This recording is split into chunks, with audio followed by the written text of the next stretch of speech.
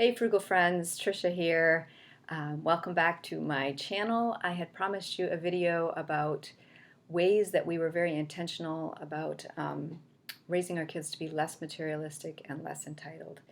And this is that video. So the last video I did the video with my kids, and they talked about what they appreciated and what they didn't like about growing up in a frugal household. I will link that video below if you haven't seen it yet. So without further ado, I'm just going to get into this video and give you some ways. The number one thing that I did was that I bought 90 to 95% of their clothing we bought used.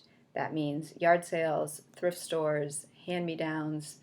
That's where I got their clothing. As soon as I found out I was pregnant with my daughter, I started buying and saving clothes in different sizes. You know, those paper copy boxes about this big.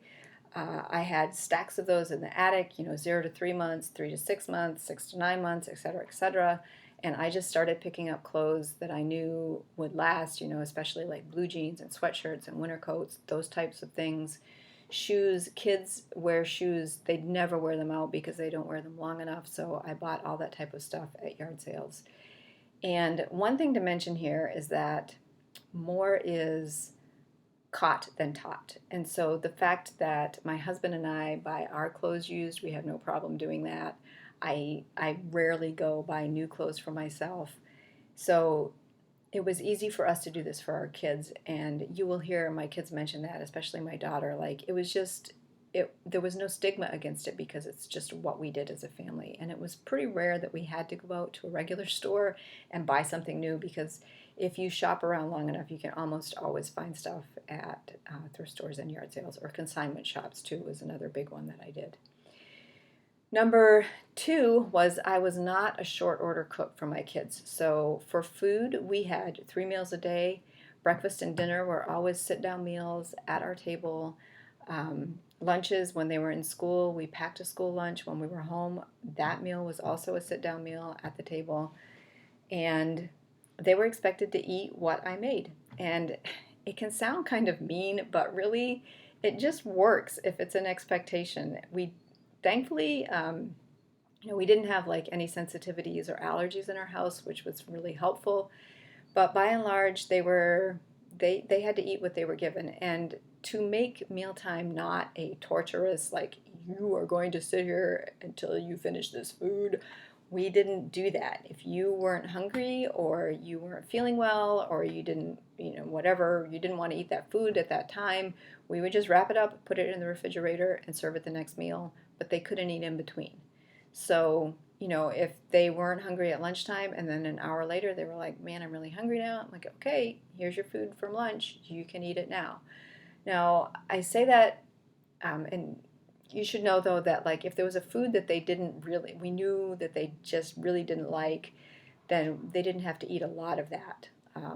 Just, okay, you don't like peas, well, eat 2 peas, because come on, you and I both know there are foods that you hated as a kid that you like now, because certain foods just take a while for you to learn your palate has to adapt to them or whatever.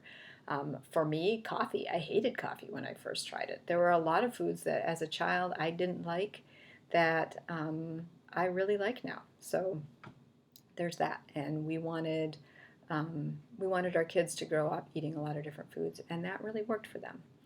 And then also for snacks, like they didn't just get unlimited snacking. I had a one shelf in our pantry that they could get their snacks from. They would get a snack when they came home from school, but that kept them from, eating the ingredients that I had just bought to make a dinner. You can only get your snacks from this shelf. And there was always fruit, there was always like peanut butter sandwiches. That's the stuff that they could have for snacking. Number 3 and 4 kind of go together. We kept birthdays and Christmases at a minimum in a lot of ways. So I wasn't the mom who did like the big 1-year-old birthday bash and every aunt and uncle and cousin and all my friends were expected to come over and buy expensive presents for a 1-year-old who's not going to remember any of it anyway. We just didn't go that route. Like we didn't even have them have anything until they were at least 5 years old. And then I think the ages were 10, 13, and 16. They got to have a bigger party, but even that party was just, okay, you can invite 3 or 4 or 5 friends over for a sleepover and do something special, watch a movie. But even then, like I never, you know, rented a bounce house or rented out. We just didn't do like huge birthdays. That wasn't something that was just not something that we did. We limited their gifts to 3 gifts. They could give us a list of, 100 things, but they knew that they would, by and large, they were going to get 3 gifts, like 1 bigger item and then 2 smaller things. We would also get them a book, usually, I think, on top of those 3. And then we also, for Christmas, we did stockings. Thankfully, we had parents. My dad had passed away before my kids were born. But my mom and my in-laws were also not like huge gift people. So that was a blessing because it wasn't like we had these parents who were trying to give our kids all this stuff and we were pushing back against that. My in-laws especially gave us just money for Christmas, and we would use that money for an experience. So for many, many years, what we did with that money was we took our kids to see the Nutcracker, and we went out to eat like at a sit-down restaurant, and it was like our nicest meal of the year, really. So yeah, speaking of meals, number 5, we did not go out to eat hardly at all with our kids. Maybe once or twice a month we would go out. The exception to that is when we were traveling.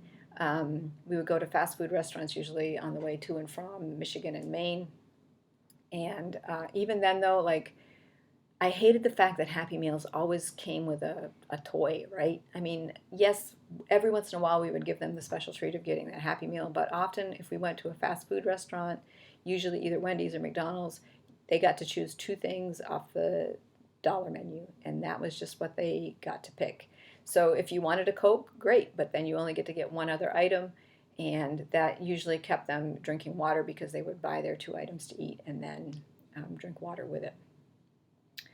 Number 6, we did not take big family vacations hardly ever, and certainly not when they were little. So we raised our family in North Carolina.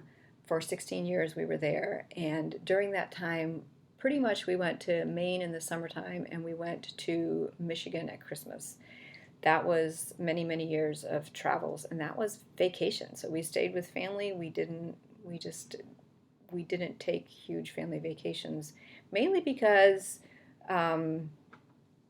we didn't think that they would remember things. That was probably the biggest thing for me. Like I didn't do all the big vacation, the theme parks and everything, because I was like, why do that? This is more for me than them. They're not going to remember. So pretty much the first time we went to Disney, we waited until our youngest son was old enough to go on all the rides. That was what we did. We did Disney 2 times when our kids were young. The first time we went to Florida, I saved up for months to go on that family vacation and figured out all the cheaper ways that I could do things. Maybe that will be a separate video. So yeah, that's just what we did. Obviously, we love to travel. We've traveled a lot since then. After we came to Hong Kong, we actually did more, but the kids were older and they could remember things, and it was more for the experience of going than for actual vacation time, if that makes sense. Number 7, we limited screen time, big time. Like 30 minutes a day was their limit for screen time, and that included movies, video games, social media, computer time, anything with screen. That's what they got, with the exception of if they had to do homework. We also, until we got to Hong Kong and our school required a one-on-one computer, they did not have their own computers, and they were just limited on their time for that. We also never had like a game system, like we never had Xbox, Nintendo, nothing like that for them. An exception would be family movie night, usually, I don't know, maybe 2 or 3 times a month we would have a family movie night on the weekend. So we would all be watching a movie, and that would be a longer screen time.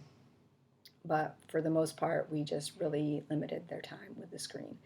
And they also were not allowed to have computers in their room. Even when they got the one-on-one computers, we never allowed the computers in their bedrooms at night. Those were left outside. So that's how we dealt with screens. And along with that, our kids, number 8, our kids did not have cell phones. And this was very countercultural even then, because they were pretty much the only kids in their class who did not have a cell phone. And they did not like it at the time, but looking back on it now, they are all really thankful that they didn't have that. We did have like a little family flip phone that they used when they were out somewhere. They could take that with them and use it so that we could contact them if we needed to. But pretty much they were always with friends who had cell phones, so they didn't really need them. If they needed to get in touch with us, we could. Number 9, we didn't just shop for entertainment. We didn't go out, let's just go shopping. We, with the exception of yard sales. And on Saturdays in North Carolina, that's the day when all the yard sales go on. I would go out yard sailing, and I would take one child with me a week, and that was kind of like mommy and me time. And we would go to McDonald's and get, a sausage biscuit, and then we would go yard sailing. And they had to swear to secrecy that if I found something that could be used as a gift, another thing, I bought used gifts for my kids at yard sales and at thrift stores, that they couldn't tell their siblings. If I found something for another sibling, they couldn't know about it. But anyway, we did that, and that's pretty much where they learned to shop for clothes. When they got older, they realized, hey, I can buy my jeans for $1 at a yard sale, and they cost $50 if I go to wherever, Hollister or American Eagle or wherever the newest shopping place was for teenagers. So they learned right away that things were a lot cheaper at yard sales, and that was a fun time for mom and the kids. Number 10. And this one had more to do with entitlement. This was super intentional. Like, we tried really hard to let our kids know that they were a welcome addition to our family and not the center of it. My husband and I were a family before we had kids. We're a family now that the kids are gone, and they were just an addition to that. So we let them know that our marriage was ahead of them. And that's something that's pretty countercultural now, because you'll hear so many parents say, my kids are more important than I don't know if they would actually say it. I think a lot of people would, though. Like, my kids are more important than my spouse. And I mean, it shouldn't be a hierarchy, really, but we believe that a strong family takes a strong marriage. And so we did things intentionally, like go out on date nights without our kids. We had time at home that we call couch time, where we would sit and talk, and they weren't supposed to interrupt us. So we intentionally let them know that you are a welcome addition, but you're a part of our family. You are not the center of the family. You are not the center of the universe, child. Everything does not revolve around you, and we are going to try to help you see that. So that was, a very intentional thing we did. Number 11, we did not just pay our kids for being alive. So they didn't just get an allowance for no reason. We did give them money, but it was connected to chores. And then if they wanted to earn extra money, we could usually come up with something that they could do around the house to earn that extra money. Or they could go out and earn money outside the house when they got a little bit older. And then number 12, we kept outside activities to a minimum. So we tried to, soccer league or music lessons or scouts or whatever it was going on that everybody was involved in. We tried to keep that at a bare minimum in our family. Like, you could be involved in one thing at a time, not be doing like 17 different things on the weekends. So we just didn't want all that running around. So those are some ways that we save money. Obviously, every family is different, and I hope that this doesn't come across as too judgmental. I would say a couple negatives were, for me, looking back on it, I think a lot of times I spent so much time trying to figure out ways to save money that if I had just gone in and worked an extra shift, it would have been less time consuming. But even with that, a lot of my money saving tactics were just hobbies for me. So I enjoyed it, but yeah, I was trying to do that to spend more time with the kids, but it's actually quite time consuming to do a lot of the things that I was doing. And then also, it's hard for kids. Kids are very black and white. So the things that you do as a family, they just see them as things that you do. And if other families don't do them, they can be like, oh, well, that's not good. Or, they can be tougher on other kids. And you don't intend for that to happen, but sometimes I think it can come across that way. So those are maybe a couple of more negative things that went along with it. But I hope that these helped you. If anything was useful, give me a thumbs up. I hope you subscribe to the channel. And please, if you have things that you do to keep materialism at bay, put them in the comments, because we all know that watching YouTube videos, half the fun is the comments and learning what other people have to say about it. So thanks. I hope this helped. Bye.